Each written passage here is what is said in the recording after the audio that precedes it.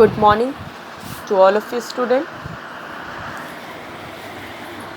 International marketing management, जिसमें कि आपका 4th यूनिट चल रहा है। 4th यूनिट में जो टॉपिक लास्ट क्लास में हम लोगों ने डिस्कस किया था, वो टॉपिक था आपका product selection in export business. Okay, means निर्यात व्यापार में उत्पाद का चयन। लास्ट क्लास में जो ये टॉपिक हम लोग डिस्कस कर रहे थे, प्रोडक्ट सिलेक्शन एक्सपोर्ट बिजनेस में कैसे होते हैं, उनकी कौन कौन से स्टेप्स होते हैं, जिस स्टेप्स के थ्रू एक्सपोर्टर्स प्रोडक्ट को सेलेक्ट करते हैं, जिसमें से लास्ट क्लास में हम लोगों ने 3 स्टेप्स डिस्कस किया था। मीन्स 3 स्टेप्स हम लोग स्टडी कर चुके हैं प्रोडक्ट के सिलेक्शन के लिए जो यूज़ किए जाते हैं। तो आज की क्लास में हम लोग उसी में आगे कंटिन्यू करेंगे, product selection in export business, जिसमें आपकी और भी स्टेप्स हैं जो कि आपको डिस्कस करने हैं। Okay, so let's start the class. 3rd point तक लास्ट क्लास में हम लोग डिस्कस कर चुके हैं। आज की प्रेजेंट क्लास में हम लोग 4th स्टेप से स्टार्ट करते हैं। 4th स्टेप जो आपका है वो है एसोसिएटेड कॉस्ट, हिंदी में लागत। हिंदी में लागत, एसोसिएटेड कॉस्ट, हिंदी में लागत। स्टार्ट करते हैं। ये क्या है? As you study specific product trends, you want to be able to determine whether or not they will offer a good profit margin. जब भी कोई एक्सपोर्टर्स किसी भी प्रोडक्ट का सिलेक्शन करता है एक्सपोर्ट बिजनेस के लिए, तो जैसे ही वो उस प्रोडक्ट के जितने भी ट्रेंड्स होते हैं, जो प्रोडक्ट की उत्पाद की प्रवृत्तियाँ होती हैं, जब वो उसकी स्टडी करता है, तो वो प्रोडक्ट्स के जितने भी ट्रेंड्स होते हैं उनकी स्टडी करने के बाद वो ये डिटरमाइन करता है कि वेदर और not they will offer a good profit margin. Means जो वो प्रोडक्ट है, जिस पर्टिकुलर प्रोडक्ट का एक्सपोर्टर स्टडी कर रहा है, जिनके ट्रेंड्स की, फिर वो ये चेक करता है कि ये जो पर्टिकुलर प्रोडक्ट अगर हम सेलेक्ट करते हैं अपने एक्सपोर्ट बिजनेस के लिए, तो क्या ये जो प्रोडक्ट है ये हमें गुड प्रॉफिट मार्जिन देगा या नहीं। वेदर द प्रोडक्ट और not they will offer a good profit margin. Means ये जो पर्टिकुलर प्रोडक्ट अगर हम अपने एक्सपोर्ट बिजनेस के लिए सेलेक्ट करते हैं, तो ये जो प्रोडक्ट है वो हमें कितना प्रॉफिट मार्जिन देगा और गुड प्रॉफिट मार्जिन देगा या मीन्स लाभ देगा या नहीं। क्लियर है? This entails making a calculation of all costs involved. इसके लिए कि जब भी कोई एक्सपोर्टर ये जानना चाहता है कि पर्टिकुलर प्रोडक्ट उसे कितना प्रॉफिट देगा, उसकी प्रॉफिट मार्जिन लाभ कितनी होगी, इसके लिए एक्सपोर्टर को उससे रिलेटेड जितने भी कॉस्ट हैं उनका कैलकुलेशन करना होता है। This entails making a calculation of all costs involved. Means जितने भी कॉस्ट उस पर्टिकुलर प्रोडक्ट में इन्वॉल्व होते हैं, उस कॉस्ट की कैलकुलेशन वो करता है। मीन्स उसी कैलकुलेशन के बेस पर वो प्रोडक्ट से होने वाले प्रॉफिट मार्जिन को डिटरमाइन करता है। क्लियर है? Some import export traders fail because they forget to factor in the extra expense that comes with overseas trading. बहुत सारे इंपोर्ट एक्सपोर्ट बिजनेस जो होते हैं, मीन्स बहुत सारे जो इंपोर्टर और एक्सपोर्टर ट्रेडर्स होते हैं, वो फेल हो जाते हैं अपने बिजनेस में। मीन्स उन्हें अपने एक्सपोर्ट बिजनेस में उतना सक्सेस अचीव नहीं होता है, क्योंकि वो जो मेन एक्स्ट्रा, क्योंकि डोमेस्टिक मार्केट में अपने प्रोडक्ट को सेल करने का कॉस्ट जो होता है वो आपका अलग होता है, बट अगर आप इस पर्टिकुलर प्रोडक्ट को इंटरनेशनल मार्केट में अगर आप सेलिंग करते हो, तो वहाँ पर जो कॉस्ट होता है उस प्रोडक्ट पे होने वाले, वो थोड़ा सा बढ़ जाता है। तो वो एक्सपोर्टर और इम्पोर्टर जिसने कि ये सारी जो एक्स्ट्रा एक्सपेंस जो ओवरसीज़ ट्रेडिंग में, जो इंटरनेशनल मार्केटिंग में इन्वॉल्व होते हैं, अगर वो उस फैक्टर को कंसीडर नहीं करता है या वो उसे कंसीडर करना भूल जाता है, तो उस एक्सपोर्टर और इम्पोर्टर का बिजनेस जो होता है वो फेल हो जाता है। क्योंकि in comparison to domestic market, international market में आपके कॉस्ट थोड़ा सा बढ़ जाते हैं, क्योंकि इसमें और भी बहुत सारी टैक्स है, फॉर्मेलिटीज़ हैं जो कि इंटरनेशनल मार्केट में सेलिंग करने के लिए करने पड़ते हैं। क्लियर है?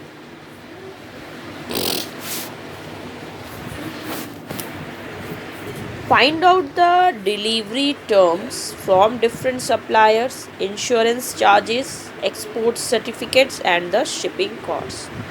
जब भी कोई एक्सपोर्टर किसी भी प्रोडक्ट को सेलेक्ट करता है, तो जब भी वो उस पर्टिकुलर प्रोडक्ट से रिलेटेड कॉस्ट को कैलकुलेट करता है, जो जो उससे एसोसिएटेड कॉस्ट है, तो उसमें उसे डिलीवरी टर्म्स क्या है सप्लायर्स के, मीन्स जितने भी डिफरेंट जो सप्लायर्स है जिसके थ्रू वो अपने प्रोडक्ट को इंटरनेशनल मार्केट में सेल करेगा, उसके क्या क्या टर्म्स हैं डिलीवरी के।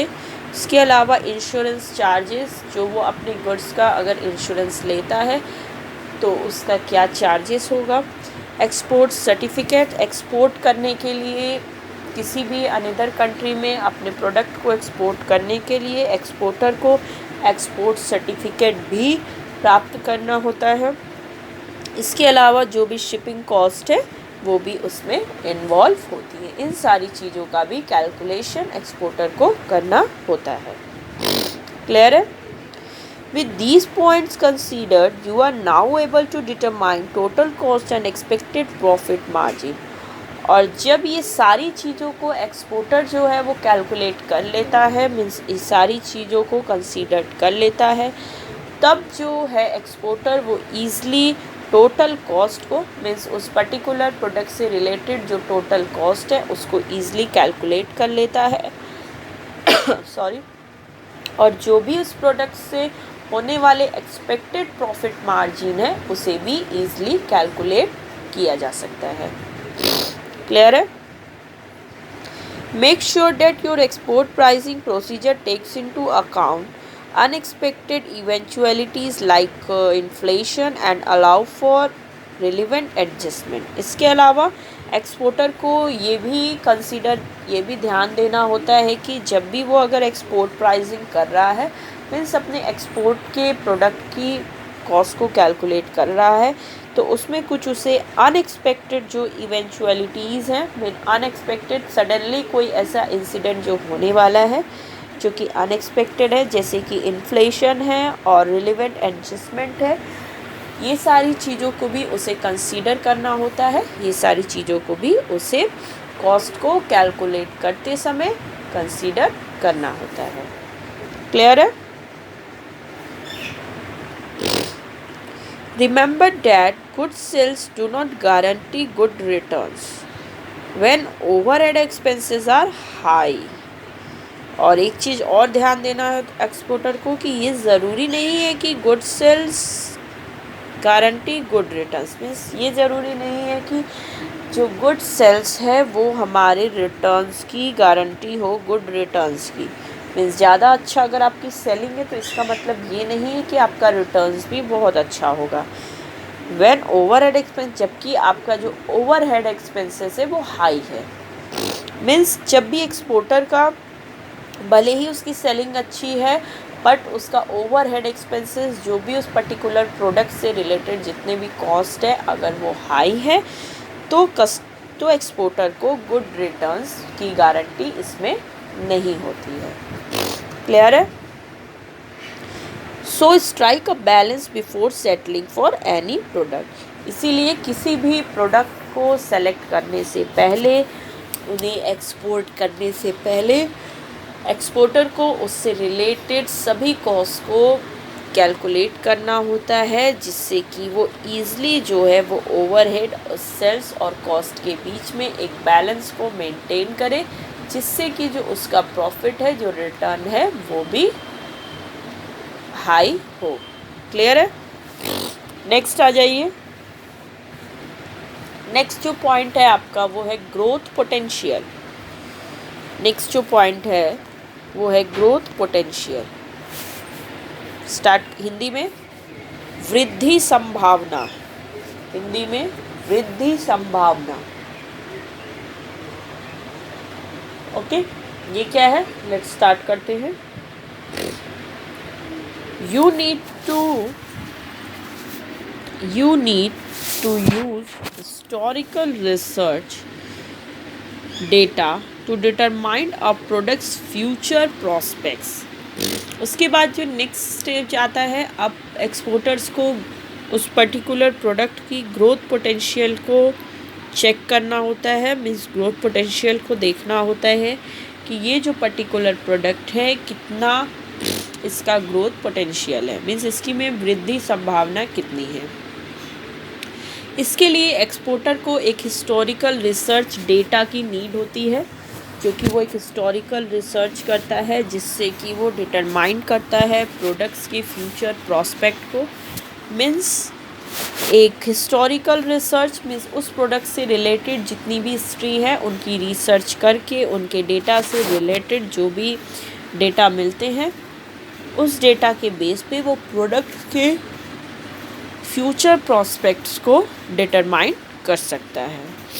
In addition, you need to think about the combined market size for a particular product. इसके अलावा उसे उस पर्टिकुलर प्रोडक्ट से रिलेटेड उसकी मार्केट की साइज क्या है, मीन्स वो जिस मार्केट को टारगेट कर रहा है उसमें उसकी कंबाइंड मार्केट साइज क्या है, इसे भी एक्सपोर्टर को कंसीडर करना होता है।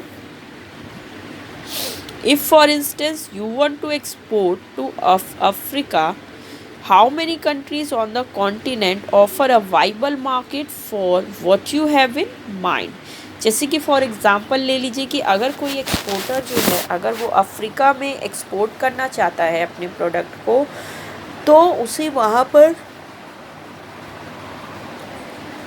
उसे वहाँ पर ये देखने की नीड होती है कि how many countries on the continent offer a viable market for what you have in need. Means जो भी प्रोडक्ट वो अगर अफ्रीका में ऑफ़र करना चाह रहा है या एक्सपोर्ट करना चाह रहा है, तो उसके अलावा और कितनी कंट्रीज़ हैं जो कि उस पर्टिकुलर कॉन्टिनेंट अफ्रीका को ऑफ़र कर रही हैं वाइबल मार्केट। मीन्स और कौन कौन सी कंट्रियां हैं जो कि उस पर्टिकुलर प्रोडक्ट को अफ्रीका में एक्सपोर्ट कर रही हैं।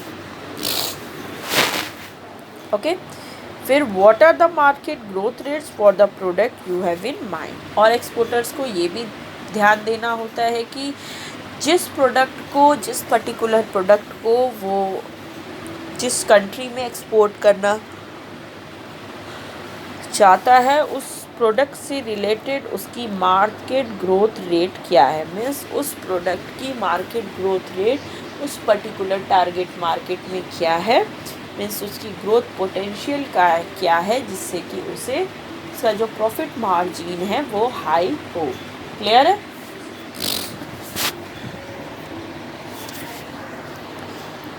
A comparison of desktop and laptop growth rates will show that desktop demand is on a steep decline. जैसे कि फॉर एग्ज़ाम्पल हम लोग इसमें ले सकते हैं, एक कंपैरिजन करते हैं डेस्कटॉप एंड लैपटॉप के ग्रोथ रेट्स में, जहाँ पर कि आप ये देखते हो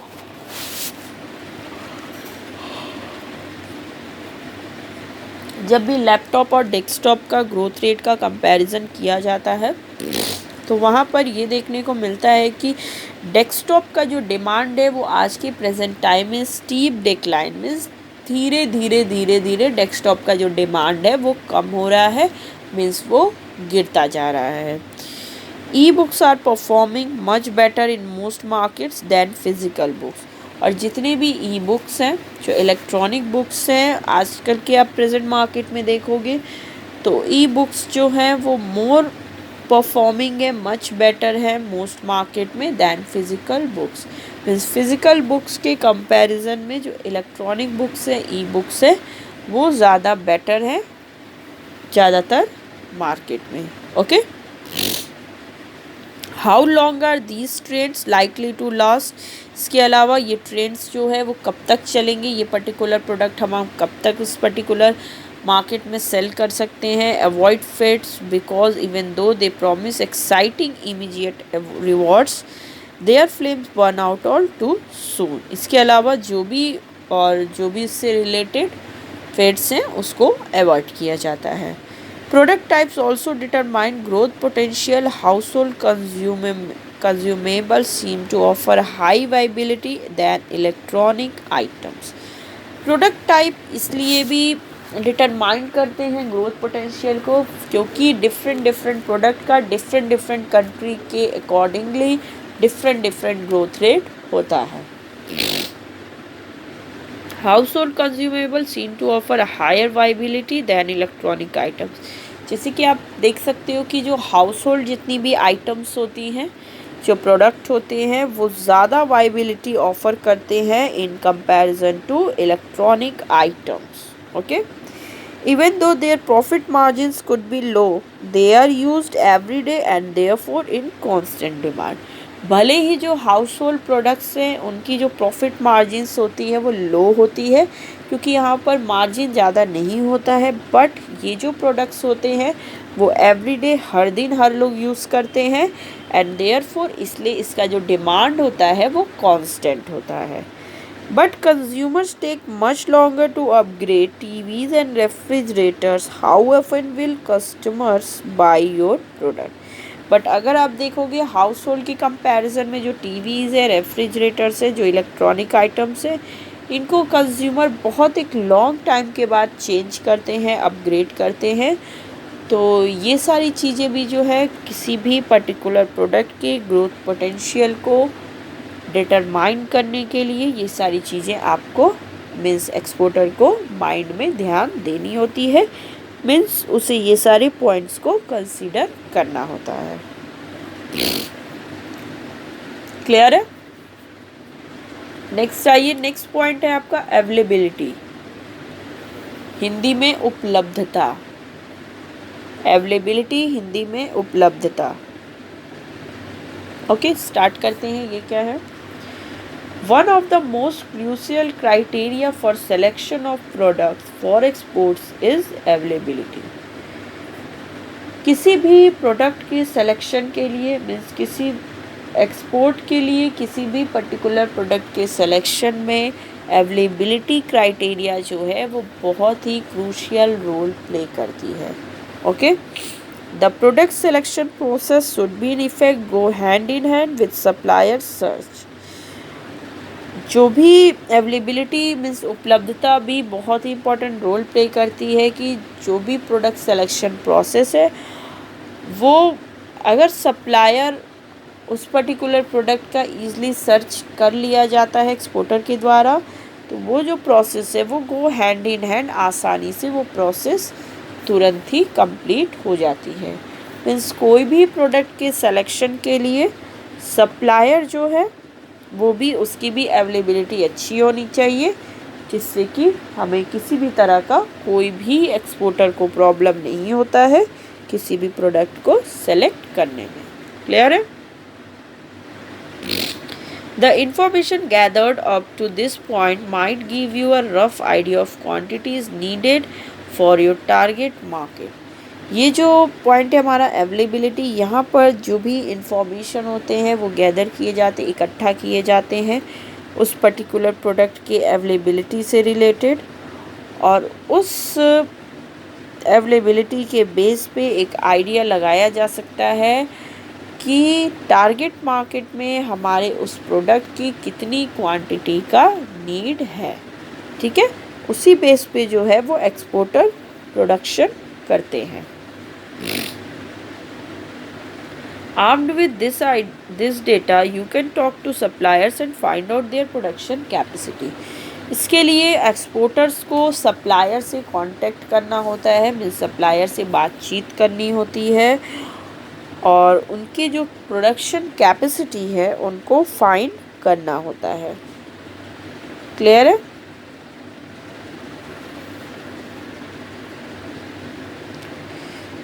Establish whether there are any challenges in the processes involved that would complicate dealing in the shortlisted products.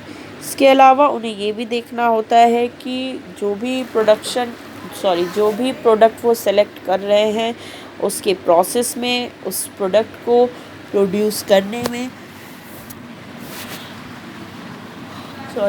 क्या क्या चैलेंजेस हैं जो उसे फेस करने होंगे, और उस पर्टिकुलर प्रोडक्ट की टारगेट मार्केट में डीलिंग करने के लिए भी उसे कितनी चैलेंजेस को फेस करना है और क्या कॉम्प्लिकेशंस उसमें हो सकती हैं उस प्रोडक्ट की अवेलेबिलिटी से रिलेटेड।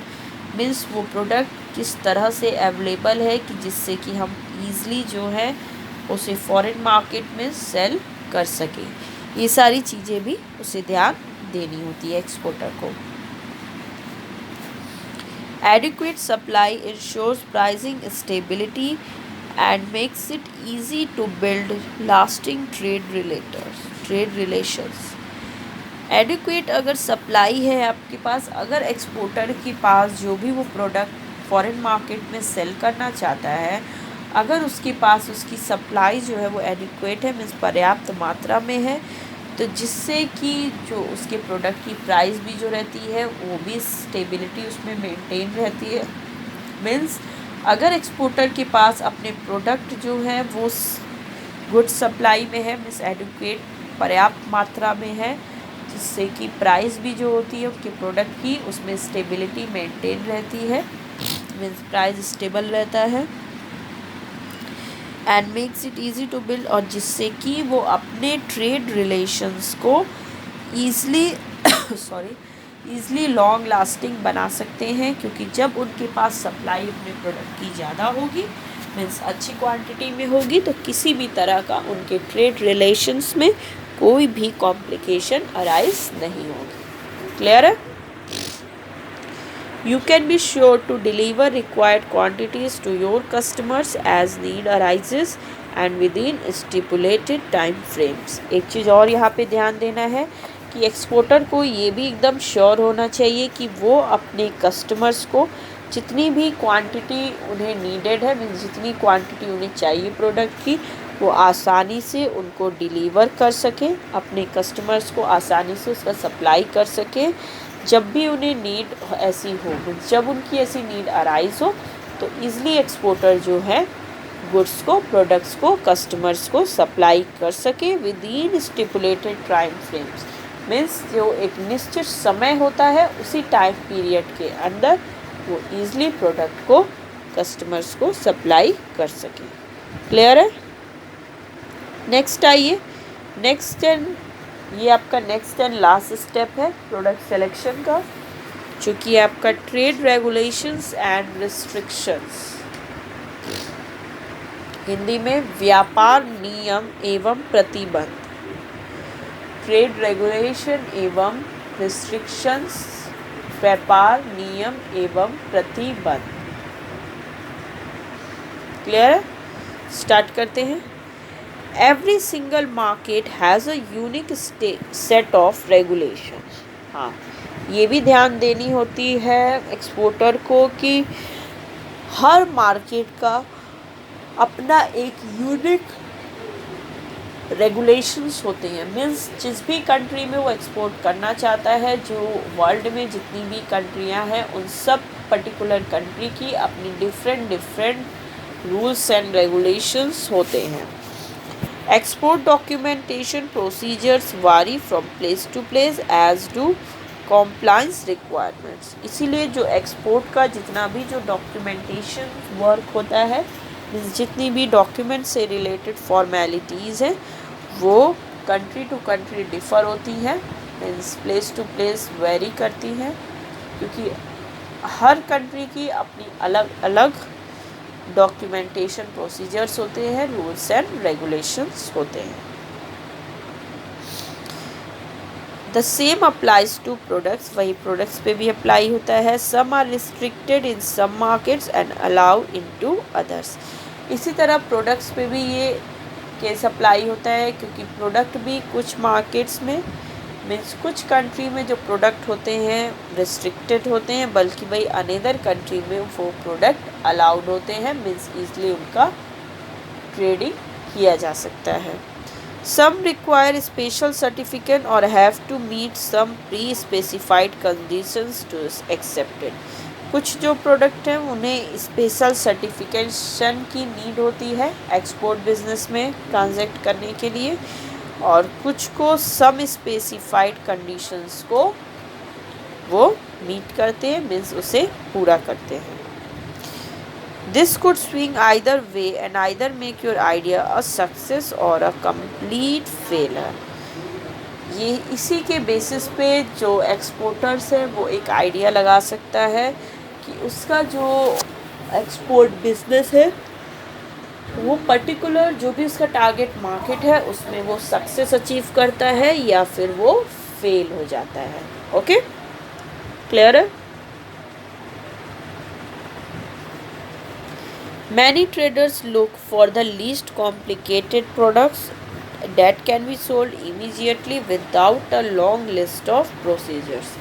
ज़्यादातर जो एक्सपोर्टर्स होते हैं, जो ट्रेडर्स होते हैं, वो ज़्यादातर उस प्रोडक्ट को प्रेफरेंस देते हैं सेल करने में जो कि लीस्ट कॉम्प्लिकेटेड होता है, मीन्स ऐसे प्रोडक्ट जिसमें कॉम्प्लिकेशंस, जिसमें प्रॉब्लम्स, कठिनाइयाँ कम होती हैं। ज़्यादातर एक्सपोर्टर्स ऐसे ही प्रोडक्ट का चुनाव करते हैं और वो ईज़िली जो है ईज़िली सेल कर देते हैं पर्टिकुलर प्रोडक्ट को immediately without a long lasting of procedures, means बिना एक लॉन्ग प्रोसीजर्स के गए वो ईज़िली उस पर्टिकुलर प्रोडक्ट को इमीडिएटली मार्केट में सेल कर देते हैं।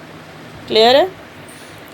This leaves a gap for restricted products, but ये जो रिस्ट्रिक्टेड प्रोडक्ट्स जो कुछ होते हैं जो कि गवर्नमेंट द्वारा रिस्ट्रिक्टेड है, उस प्रोडक्ट को ईज़िली जो है कोई भी एक्सपोर्टर अनदर कंट्री में सेल नहीं कर सकता। उसे उस पर्टिकुलर प्रोडक्ट को सेल करने के लिए गवर्नमेंट की परमिशन लेनी होती है। Focusing on few target markets could allow you to take advantage of this. अगर जो एक्सपोर्टर है वो कुछ ही टारगेट मार्केट मीन्स कुछ ही कंट्री पर फोकस करता है और उन्हीं कंट्री को अपना गुड्स प्रोडक्ट जो है सप्लाई करता है, जिससे कि उसे इसका बहुत ही बड़ा एडवांटेज होता है। If you choose to deal in the restricted product line, all you need is information and you are good to go. यदि जो एक्सपोर्टर है वो इस तरह के प्रोडक्ट को मीन्स रिस्ट्रिक्टेड प्रोडक्ट लाइन को डील करने के लिए सेलेक्ट करता है, तो ऐसे जो प्रोडक्ट तो यहाँ पर उसे इंफॉर्मेशन की पूरी नीड होती है। All you need is information and you are good to go. और जो भी वो रिस्ट्रिक्टेड प्रोडक्ट लाइन सेलेक्ट कर रहा है उससे रिलेटेड उससे रेगुलेशंस, उसके रूल्स की इंफॉर्मेशन होनी चाहिए। क्लियर है? Talk to all the relevant authorities to make sure you get the details right. और जो भी अगर वो कोई रिस्ट्रिक्टेड प्रोडक्ट को सेलेक्ट कर रहा है तो उससे एक्सपोर्टर्स को उस पर्टिकुलर प्रोडक्ट से रिलेटेड जितनी भी रिलेवेंट अथॉरिटीज़ है उन सब से बातचीत करके उस पर्टिकुलर प्रोडक्ट के बारे में सारे रूल्स एंड रेगुलेशंस जान करके ही, उसकी डिटेल्स जान करके ही उसे उस पर्टिकुलर प्रोडक्ट को सेलेक्ट करना चाहिए। क्लियर है? तो ये था आपका ट्रेड रेगुलेशंस एंड रेस्ट्रिक्शंस। तो ये सारे जो आपके स्टेप्स थे ये आपकी product selection in export business means export business में, निर्यात व्यापार में जब भी कोई निर्यातक एक्सपोर्टर किसी भी प्रोडक्ट को सेलेक्ट करता है, उत्पाद का चुनाव करता है, तो उसे कौन कौन से स्टेप्स को फॉलो करने होते हैं, कौन कौन सी बातों का ध्यान रखना होता है, ये सारा आपका इस टॉपिक में कंप्लीट है। ओके स्टूडेंट्स, तो ये टॉपिक आपका कंप्लीट हुआ। नेक्स्ट क्लास में हम लोग नेक्स्ट टॉपिक डिस्कस करेंगे। So the class is over.